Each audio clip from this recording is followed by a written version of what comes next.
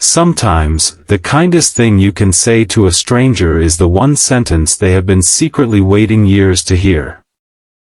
I learned that on a cold evening when I met a woman sitting alone in a small coffee shop, staring at her untouched cup as tears quietly rolled down her cheeks. She was beautiful, but there was something behind her eyes that made her beauty disappear. It was loneliness. The kind of loneliness that doesn't come from being alone, but from believing nobody would care if you disappeared. Before we begin, if you believe one small act of kindness can change someone's life, please subscribe to Kindness Story, like this video, and tell us in the comments where you're watching from. Your support helps us share more stories that remind people there is still goodness in the world. It was a rainy Friday evening in Chicago. I had just finished a long day at work and stopped at my favorite coffee shop before heading home. The place was almost empty. Soft music played in the background, rain tapped against the windows, and the smell of fresh coffee filled the room. That's when I noticed her. She sat alone near the window. She wore a simple beige coat, and her dark hair fell over one shoulder. She looked elegant, but her eyes were red from crying. I ordered my coffee and sat at a table a few feet away. At first, I tried not to stare. But then she reached into her purse, pulled out a photograph, looked at it for several seconds, and quickly wiped away another tear.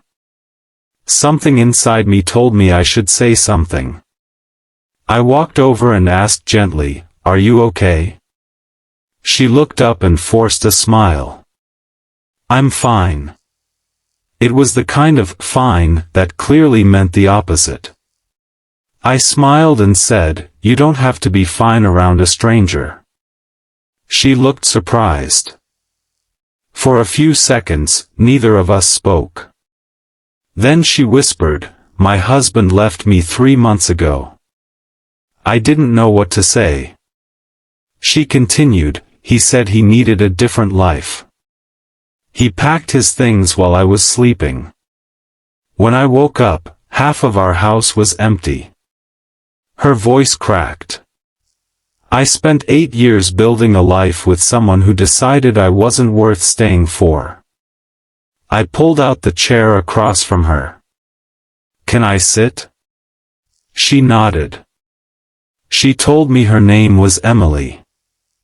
She had moved to Chicago after college and had always dreamed of having a family. She had loved her husband deeply, but after he left, she began questioning everything about herself. She said she stopped going out. She stopped answering friends' calls. She even stopped looking in the mirror. Then she said something I'll never forget. "I know I'm not ugly. People tell me I'm beautiful.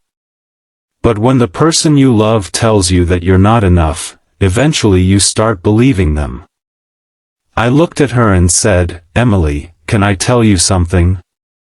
She nodded. "You're too beautiful to be alone." She looked at me for a long moment. Then she whispered, "I wish it were you." I was stunned. She immediately looked down. "I'm sorry," she said. "That sounded wrong." "No," I replied. "You don't have to apologize." She wiped her eyes. "I don't mean I need someone to replace him. I just wish someone like you had been there when I was falling apart." Her words stayed with me. I realized she wasn't asking for romance. She was asking for hope. So I told her, "Emily, you don't need another person to prove that you're worthy. You need to remember that you were worthy before he left, and you're still worthy now." She started crying again. But this time, there was a small smile on her face. We talked for nearly 2 hours. I told her about my own failures, the times I had felt lost, and the people who had helped me when I didn't know how to help myself. Before we left, I gave her a small card I kept in my wallet. On it was a simple sentence my mother had written years ago.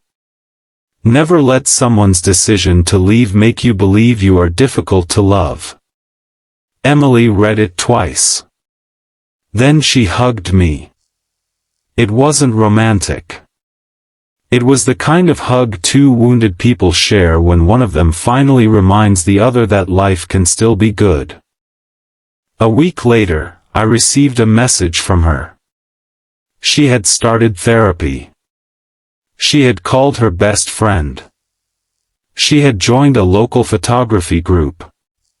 And, for the first time in months, she had made plans for herself. She wrote, "You probably don't realize what you did that night. You didn't save me. You reminded me that I could save myself." I smiled when I read that. Months passed. Emily and I stayed friends. She eventually found a new apartment, started traveling on weekends, and began taking photographs again. One Saturday morning, she invited me to a small photography exhibition. When I arrived, I saw dozens of photographs hanging on the walls. Every picture told a story. There were lonely streets, crowded trains, children laughing in parks, elderly couples holding hands, and strangers helping one another. In the center of the room was a photograph of a rainy coffee shop. Under it was a title. "Someone sat with me." Emily walked over. "This is the night everything changed," she said. I smiled. "You changed your life." She shook her head. "No. You showed me that kindness can reach places words usually can't." Then she handed me a photograph. It showed a woman sitting alone by a window. But outside the window, the clouds were beginning to disappear. Sunlight was breaking through. At the bottom, she had written, "Sometimes we don't need someone to love us. Sometimes we just need someone to remind us that we are still worth loving." I kept that photograph. And I still think about that rainy evening whenever I see someone sitting alone. Because kindness doesn't always mean giving money. It doesn't always mean solving someone's problems. Sometimes kindness is simply sitting beside someone. Listening without judging. Speaking gently when they have forgotten their own worth. And sometimes, one small sentence can become the beginning of someone's healing. Emily didn't need a stranger to become her new husband. She needed someone to remind her that her story wasn't over. And maybe someone in your life needs that reminder too. So the next time you notice someone sitting alone, looking tired, or quietly struggling, don't assume they're okay. Ask. Listen. Be kind. You may never know how much that small moment means to them. Because sometimes, the smallest act of kindness becomes the brightest light in someone's darkest night. And sometimes, all a broken heart needs is one person brave enough to say, "You still matter." So today, be that person. Be the reason someone smiles. Be the reason someone believes in people again.